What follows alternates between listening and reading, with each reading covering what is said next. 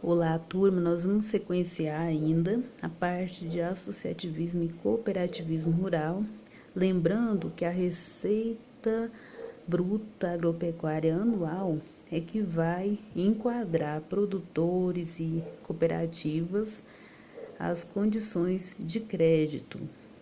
E aqui nós vamos ter que os créditos rurais, eles têm algumas características específicas, eles vão depender do tipo de atividade, do tipo de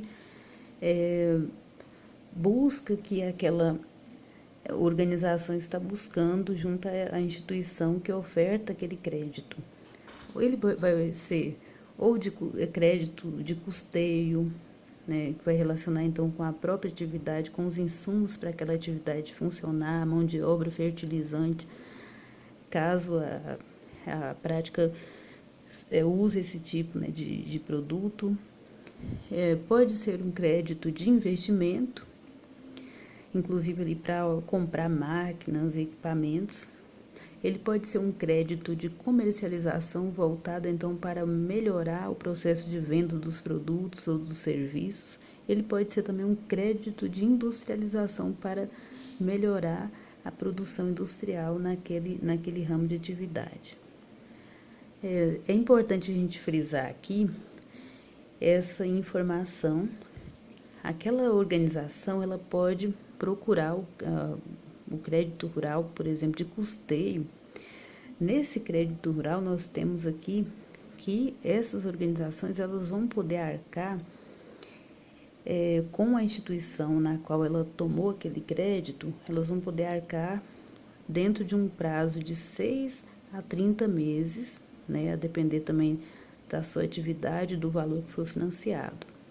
Ela vai devolver, então, aquele valor dentro desse prazo aí para a instituição financeira e, do mesmo modo, podem receber até 3 milhões de reais por ano agrícola, considerando que o ano agrícola ele vai começar de junho a julho do ano subsequente. Faço uma ressalva, então, aqui de julho a junho do ano subsequente, só corrigindo o que eu acabei de falar.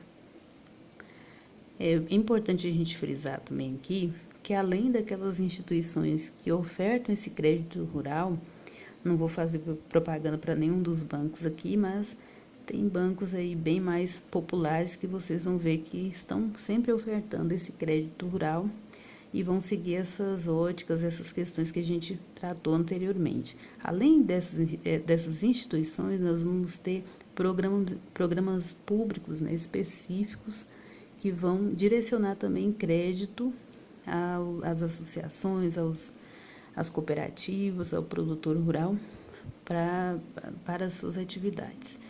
Temos aqui alguns exemplos de programas, eu não vou adentrar porque não dá para a gente aprofundar em nenhum deles aqui, mas nós vamos ter aqui o programa ABC, relacionado então à redução das emissões de gases de efeito estufa na agricultura. Nós temos aqui o Moderagro, que ele está relacionado com a modernização da agricultura. Temos também o Moderfrota, que ele vai se relacionar com atividades que têm um enfoque na modernização da frota de tratores agrícolas, um crédito relacionado a isso, né? Temos o Moderinfra, é um programa que vai incentivar a irrigação e a produção em ambiente protegido, controlado, né? Temos aqui o PCA, que é um programa para construção e ampliação de armazéns, o Procap Agro, que é um programa de capitalização de cooperativas agropecuárias, e entre outros programas que existem, que vale a pena vocês pesquisarem se for do interesse de cada um, a depender da atividade que já realiza ou que pretende realizar no campo aí do associativismo, do cooperativismo, ou mesmo como um empresário do meio rural, tá bom? Nós temos aqui a importância de que mesmo antes de se buscar um recurso, seja junto de instituições financeiras, seja junto ao próprio Banco Nacional do Desenvolvimento, né, o BN10, que se considere as questões de seguros, porque às vezes é necessário pagar isso também, são taxas, né, que vêm a mais, a questão da assistência técnica, a questão dos prazos de pagamento, a questão das próprias condições de pagamento que existem, né? A formalização das operações, as garantias e entre outros pontos aí que são extremamente necessários. É preciso ter muita segurança, certeza também e inteligência no momento de fazer um tipo de financiamento desse. Em sequência, nós temos aqui a pauta agora da importância e da legislação. É extremamente necessário que, mesmo antes de se criar uma associação ou uma cooperativa, se busque a lei, seja também buscando uma assessoria jurídica, um apoio de algum profissional que já atua com esse tipo de atividade, que possa ajudar previamente aqueles que estão interessados em constituir ainda esse tipo de organização.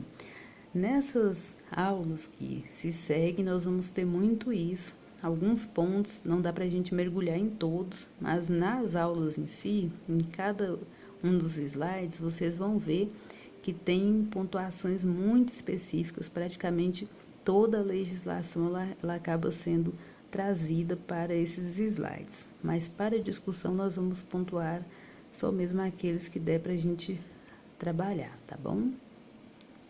A princípio nós temos alguns pontos da própria Constituição Federal sobre a legislação, né, que rege aí o processo de associação no Brasil. Nós temos aqui o artigo 174 da Constituição, que diz aqui: como agente normativo e regulador da atividade econômica, o Estado exercerá, na forma da lei, as funções de fiscalização, incentivo e planejamento, sendo este determinante para o setor público e indicativo para o setor privado. Então, o Estado, ele não vai intervir diretamente nessas práticas, só que ele vai estimular essas práticas, fiscalizar e, ao mesmo tempo, incentivar que as pessoas da sociedade, né, do setor privado, possam se organizar com essas práticas para melhor trabalharem, né, as suas atividades econômicas. Por último, aqui nós vamos ter o parágrafo 1º e 2º desse mesmo artigo 174 da Constituição Federal, que diz então que a lei, o primeiro parágrafo diz assim, que a lei estabelecerá as diretrizes e bases do planejamento do desenvolvimento nacional equilibrado, o qual incorporará e compatibilizará os planos nacionais e regionais de desenvolvimento, então relacionado às práticas de associação, de associativismo.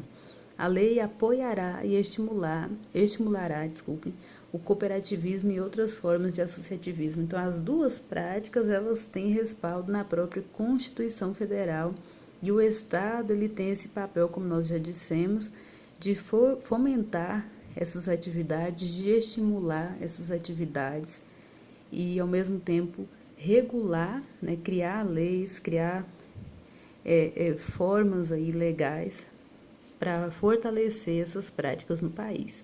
Então, para o momento é isso, nós vamos continuar nos próximos conteúdos, tá bom?